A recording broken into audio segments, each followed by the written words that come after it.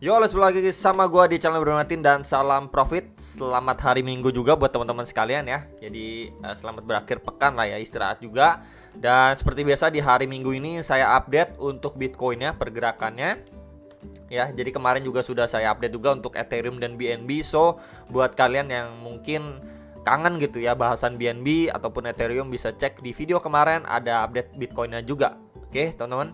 Dan di beberapa video yang lalu Zilliqa sudah berapa kali saya update ke teman-teman sekalian ya. Jadi memang intinya janganlah FOMO, hati-hati atau ya pokoknya hati-hati ya. Karena memang dia udah naik ataupun ngepump cukup tinggi dan potensinya yang kita lihat bisa aja koreksi di hari H ya. Jadi kan kemarin di announce di sekitaran tanggal 2 Februari and then kita bisa lihat di sini ya mendapati rejection dan koreksi. Jadi ini sedikit info aja untuk Zilliqa ya, quick update aja.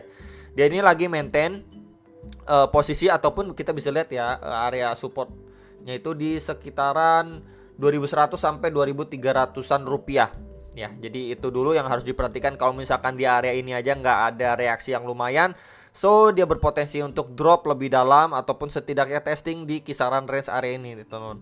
Itu range di sekitaran 1370 sampai sekitaran 1650 rupiah untuk Zilliqa. So hati-hati aja ya teman-teman. Jadi ini cuma sekilas update simple aja untuk Zilliqa ya. Kalau misalkan kita tidak melihat adanya reaksi dari buyer yang lumayan di area sini, so soon dia akan going drop lagi, lebih deep lagi ya. Baru nanti kita lihat lagi sama-sama apakah ada reaksi dari buyer masuk lagi untuk Zilliqa ya, untuk dia going up lagi. Karena memang secara overallnya kita bisa lihat ya untuk Zilliqa ini dia udah berhasil create yang namanya, sebentar ini berasa saya akan tebelin dulu biar lebih jelas ya.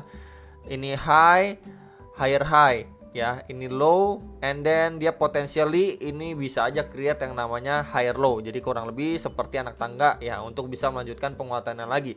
Dan tentunya kita harus lihat juga nih di area sini apakah ada reaksi dari buyer atau nggak ada gitu, malah terus mengalami pelemahan. Ya itu yang harus diperhatikan dulu ya untuk jangka pendeknya. Oke guys ya. And then langsung aja kita pergi ke Bitcoin-nya. Cuman sebelum itu ini adalah Bitcoin dominance. Secara overall time frame 4 jamnya ya, seperti yang kemarin-kemarin saya sudah update ke teman-teman, ini ada beberapa garis kuning putus-putus menjadi target koreksinya si Bitcoin dominance, and then dia masih terus melanjutkan penurunannya ya. Jadi memang next target itu di sini ya, di sekitaran 41,3% ya, di area situ ya, garis warna biru ini perhatikan ataupun diwaspadai. Karena memang ketika dia hit di area situ, kita bisa lihat dari pergerakan sebelumnya dia mendapati kenaikan yang lumayan signifikan. So kalau misalkan di area situ nantinya kita bisa lihat dia malah rebound ya, rebound lumayan ya, kurang bagus untuk altcoinnya ya. Jadi itu dulu informasi Bitcoin dominance. Jadi untuk berhati-hatilah ya ketika memang si Bitcoin dominance menjumpai ataupun retest terhadap support di 41,3%. Oke, itu sekilas update untuk Bitcoin dominance-nya. And then ini adalah Bitcoin time frame daily ya. Ini adalah outlook yang beberapa kali sering saya info ke teman-teman sekalian ya. Jadi memang kita udah lihat dia ketika dia sudah breakout dari triangle pattern-nya, dia sudah breakout. So yang harus kita lihat adalah ketika dia retest atau koreksinya ya, itu adanya reaksi dari buyer atau enggak, atau malah dia melanjutkan pelemahan ya. Mungkin bisa kita bilang seperti false break ya, karena dia tidak bisa maintain untuk melanjutkan penguatannya kembali. So kemarin juga sudah saya update juga ya, dia udah koreksi sampai zona kedua ini, targetnya di sekitaran 43.500 sampai 44.500 dolar. Dia udah hit di area situ, dan secara daily time frame pun kita bisa lihat di sini ada jarum ke bawah yang lumayan panjang, berarti ada yang nahan di area situ ya untuk si Bitcoinnya. So yang harus kita lihat adalah memang dia secara overall masih create yang namanya ini low, higher low, and then potentially higher low ya teman-teman. Jadi kurang lebih seperti anak tangga seperti ini ya. Dan next yang harus kita lihat ya, kalau misalkan dia membuat range di area sini and then dia going up, next target yang harus sama-sama kita lihat, dia itu harus mampu breakout di kisaran 48.000 sampai 48.200 dolar. And then kalau misalkan dia mampu break dari area situ ya, potensinya cukup besar untuk dia testing di area 50 sampai 52.000 dolar. Itu dulu yang harus diperhatikan ya. Jadi kalau misalkan dia ketahan di 48.000 sampai 48.200, and then potensialnya kita bakalan mendapati yang namanya double top ya, seperti huruf M gini nantinya. Yang ini harus diwaspadai dulu, teman-teman. Oke.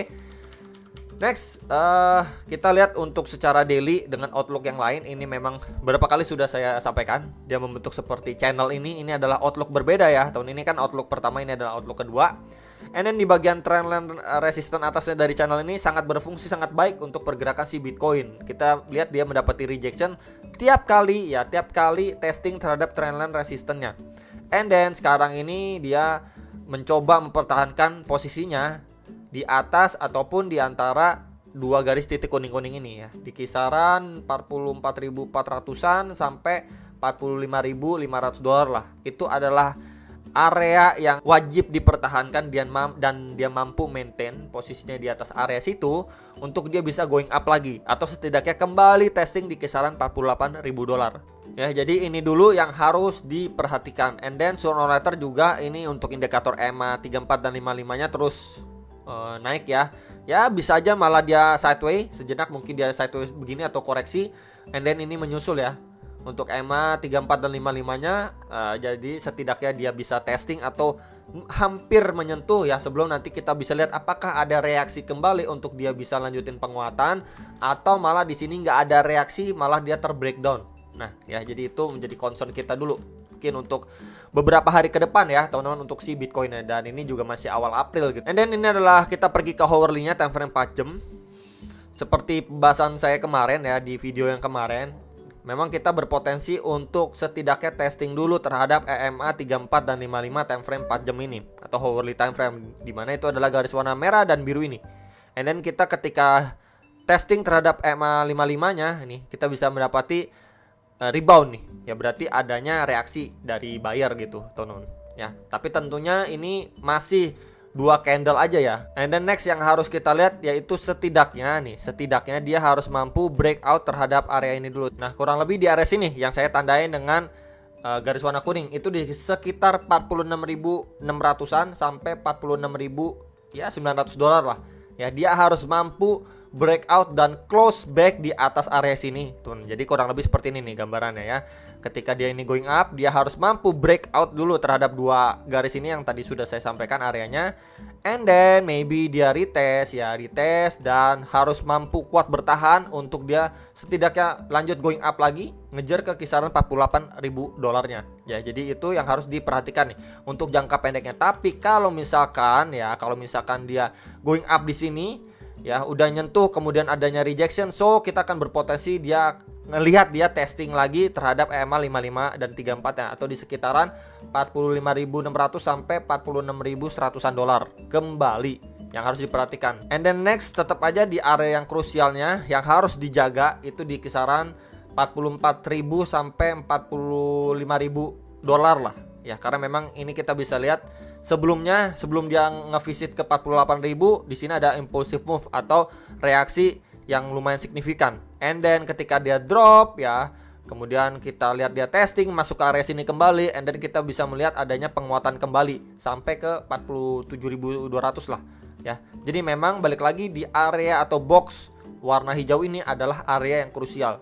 So kalau misalkan kita lihat hari ini atau base dia terdrop lagi masuk ke area sini, ini adalah menjadi key area yang harus kita lihat dia mampu maintain ataupun bertahan dan adanya reaksi dari buyer seperti sebelum-sebelumnya. Tapi kalau di area situ malah nggak ada reaksi buyer kembali, dan itu bisa aja menjadi salah satu pertanda untuk si Bitcoin bisa drop lebih dalam lagi atau ngevisit ke kisaran let's say 42.000 43.000 dolar lah ya.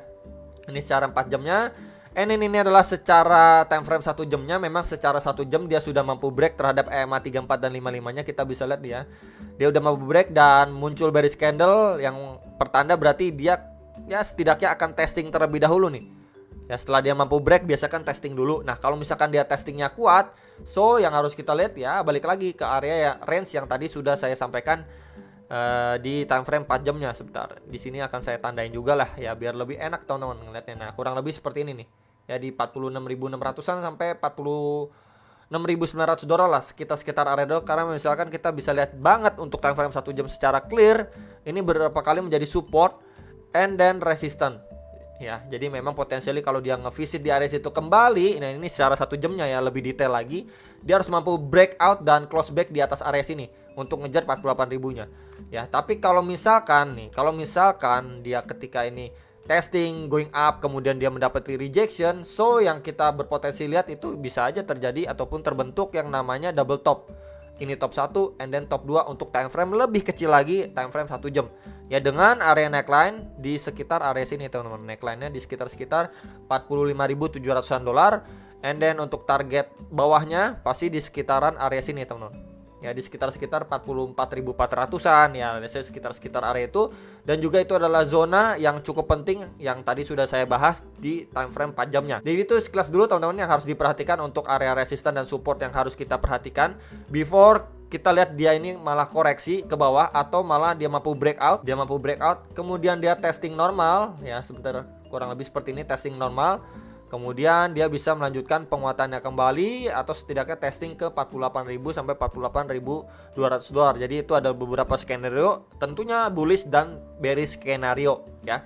Jadi balik lagi kalian bisa analisa kembali sebelum make decision atas transaksi kalian masing-masing. Dan semoga video ini bisa bermanfaat. Sampai jumpa untuk next video. Salam profit.